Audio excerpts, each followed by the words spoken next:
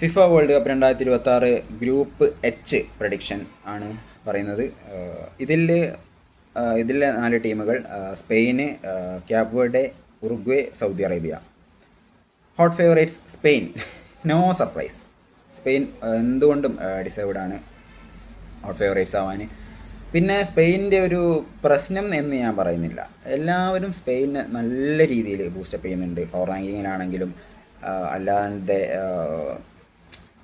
Finish ചെയ്യുന്ന കാര്യത്തിലാണെങ്കിലും ഒക്കെ സ്പെയിന് ഗംഭീര ബിൽഡപ്പാണ് കൊടുക്കുന്നത്.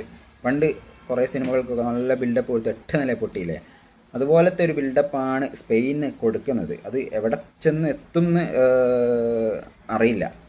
സോ സ്പെയിൻ തന്നെയായിരിക്കും ഈ ഒരു ഗ്രൂപ്പിൽ നിന്ന് ഒന്നാമതായിട്ട് ഫിനിഷ് ചെയ്യാൻ ഹോട്ട് ഫേവറേറ്റ്സ്. Second Uruguay. ബാക്കി 2 ടീമുകളെയും വെച്ചിട്ട് സൗദി അറേബ്യയും ക്യാപ് വെർഡെ ടീമിനെ കുറിച്ച് ഞാൻ കേട്ടിട്ട് പോലുമില്ല, സത്യം പറയാം.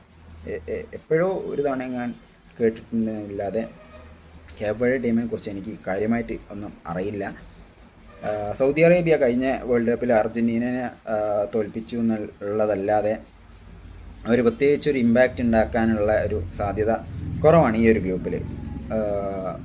ഉറുഗ്വേ തന്നെ ആയിരിക്കും സെക്കൻഡായിട്ട് ഫിനിഷ് ചെയ്യാൻ പോകുന്നത്. സോ ഈ ഒരു ഗ്രൂപ്പിൽ നിന്ന് നോക്കൗട്ടിലേക്ക് കയറാൻ പോകുന്ന 2 ടീമുകൾ, ഒന്ന് സ്പെയിൻ ആൻഡ് 2 ഉറുഗ്വേ.